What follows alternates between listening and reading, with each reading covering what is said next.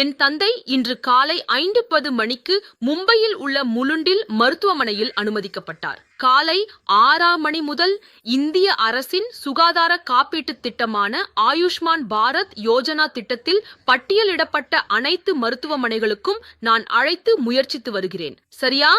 என் தந்தைக்கு 2 சுகாதார காப்பீட்டுகள் உள்ளன. ஒன்று தனியார் காப்பீடு, மற்றொன்று அரசு திட்டம். இது எங்களுக்கு ஒரு காப்பு திட்டமாக இருந்தது.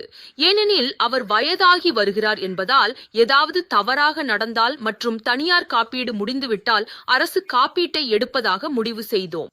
இப்போது நான் மும்பை, தானே மற்றும் நவி மும்பை மாவட்டத்தில் உள்ள அரசு மருத்துவ காப்பீட்டு இணையதளத்தில் பட்டியலிடப்பட்டுள்ள 24 மருத்துவமனைகளுக்கு அழைக்க முயற்சித்து வருகிறேன்.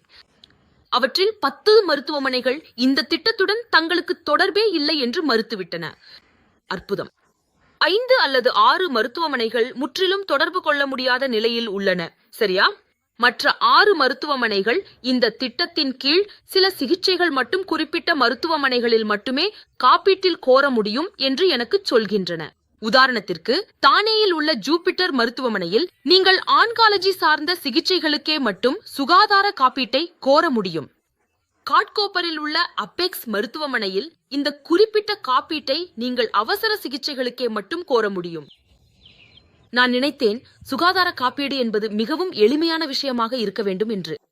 உங்கள் நோயாளி அனுமதிக்கப்படுகிறார், நீங்கள் கட்டணம் செலுத்துகிறீர்கள், பின்னர் அந்த தொகை உங்களுக்கு திரும்ப வழங்கப்படுகிறது, அல்லது உங்கள் நோயாளி அனுமதிக்கப்படுகிறார் மற்றும் நீங்கள் கேஷ்லெஸ் கிளைம் பெறுகிறீர்கள். அப்போது முழு செலவையும் சுகாதார காப்பீடு கவனித்துக் கொள்கிறது. இந்த நாட்டின் அரசு குடிமக்களை அதிகாரமளிக்கிறது என்று கூறினாலும் எனக்கு இப்போது அந்த அதிகாரம் கிடைத்ததாக உணரவில்லை. ஏனெனில் என் தந்தையை எந்த மருத்துவமனைக்கு அழைத்துச் செல்லலாம் என்று தெரிந்து கொள்ள நான் 8 மணி நேரம் செலவழித்துள்ளேன். ஏனெனில் அவருடைய சிகிச்சை செலவுகள் அதிகமாகிவிட்டால் நாங்கள் எங்கள் ஜேபிலிருந்து பணம் செலுத்த வேண்டிய நிலை ஏற்படக்கூடாது என்று நினைத்தேன். நான் இன்னும் தெரியவில்லை. அவர் இன்னும் ஒரு தனியார் மருத்துவமனையில் இருக்கிறாரு. இன்னும் நான் என் ஜேபிலிருந்து கட்டணங்களை செலுத்த வேண்டியிருக்கிறது. நன்றி கடவுளே, நான் ஒரு பொருளாதார மற்றும் கல்வி நிலைமையிலிருந்து வந்துள்ளேன். எப்படியாவது இதை புரிந்து கொள்ளும் அளவுக்கு அதிகாரம் பெற்றுள்ளேன். விஷயங்கள் எப்படியாவது சென்றாலும் செலவுகள் மிகவும் அதிகமாக இருக்கின்றன.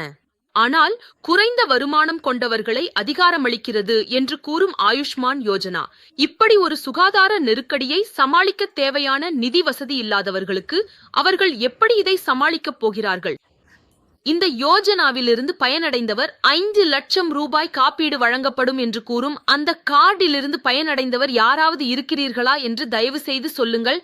அந்த பில் முழுவதும் கவனிக்கப்படும் என்று கூறப்படுகிறது. அதனால் தயவு செய்து எனக்கு தெரியப்படுத்துங்கள். ஏனெனில் இப்போது இந்த குறிப்பிட்ட யோஜனா செயல்படவில்லை.